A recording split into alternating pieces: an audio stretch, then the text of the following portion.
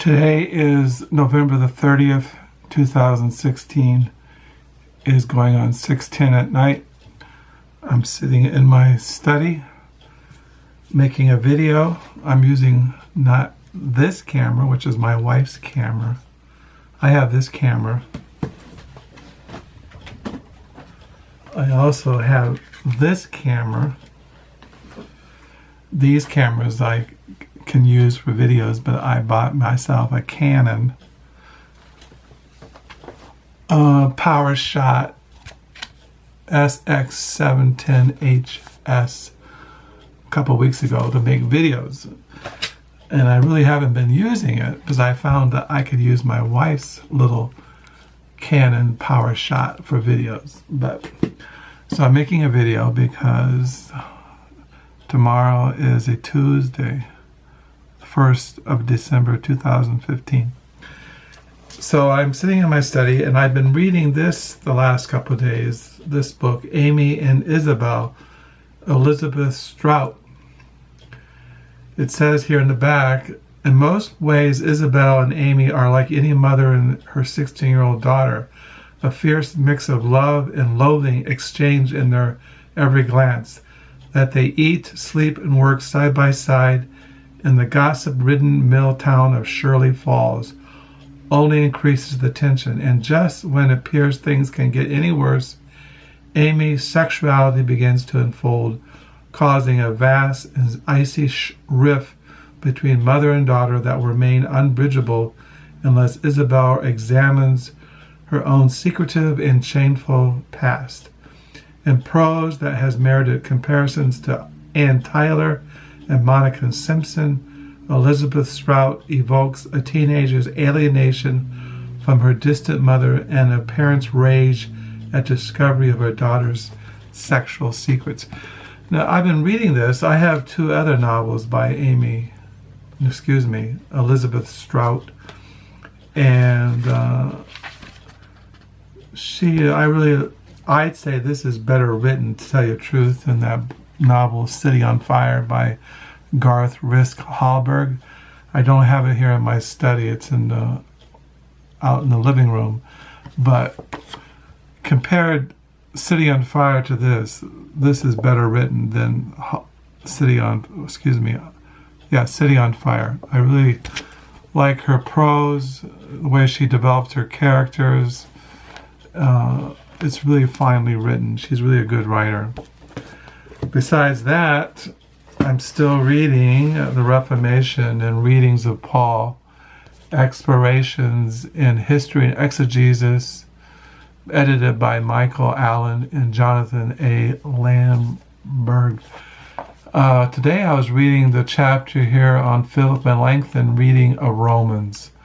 What they do in this book, they look at a reformer's commentary on the Epistle of Romans, and then they look, and then someone does another, the text of Romans and the theology of Melanchthon, the preceptor of the Germans and the apostle to the Gentiles. They look at how Melanchthon interpreted Romans back there in the 16th century, and then, of course, hundreds of years have passed, and now what do commentators today, how they understand the Apostle Paul in the light of modern scholarship, and they look at the book of Romans. Here in my study, I have a couple of commentaries on Romans. I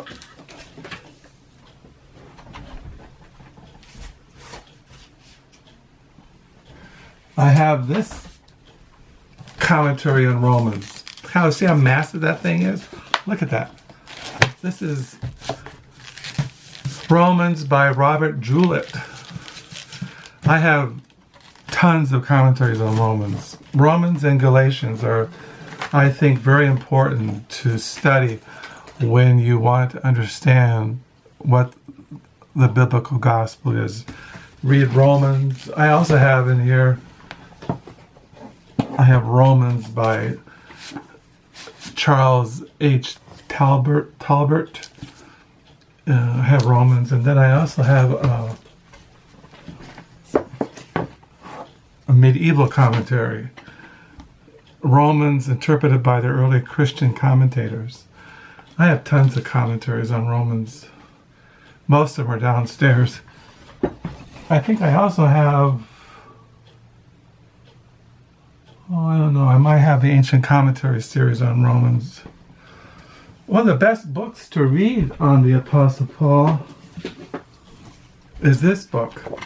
No, well, The Time of Jesus. This is a good book to read on the Gospels, of the four Gospels.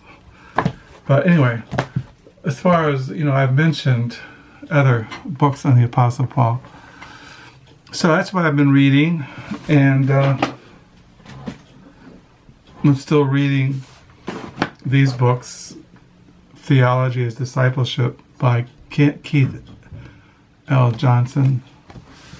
And I'm still reading Psalms 1 through 72 in the Reformation Commentary on Scripture. Still on Psalm 9.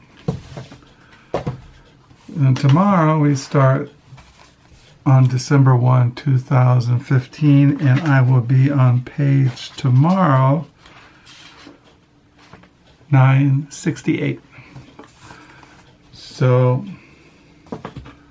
that's what I'm reading. Today I put away this diary tonight downstairs, and then tomorrow I start December 2015. And then we'll go into 2016. So that's what I'm reading. It's a good book, The Aims of Jesus by Ben F. Meyer. I really highly recommend this book. So I highly recommend this commentary on Romans. It's a good thing to read in the morning for devotions.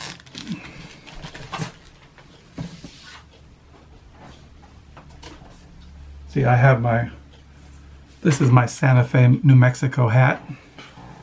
As far as, I've talked about, I collect biographies. Here's some biography that I have on top of my Romans commentary. Eden's Outcasts, The Story of Lusa May Alcott and Her Father by John Matheson. I have that commentary in this biography. I have this novel by D.C. Boyle, The Women. And I have this biography by Megan Marshall, The Peabody Sisters, the three women who ignited the American Romanticism. And I have this biography on Sion, a biography by Frederick Velrex. I have that. These books are all on top of my Romans commentary I just showed you. Beatific Soul, Jack Kerouac, On the Road by Isaac Jerowitz. I put my hat on top of this. See, like this. And I have these two novels by Celan, Journey to the End of Night.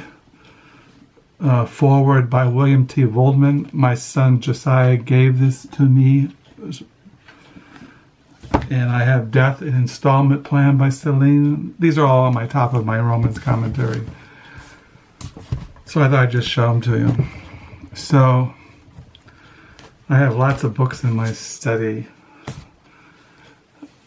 Most of my books are down in the lower level in the basement, but I keep some up here to remind me that the world is bigger than I think it is. And everybody should read the Death Installment Plan. And so I'll put my hat on and I will go off into the sunset. Bye.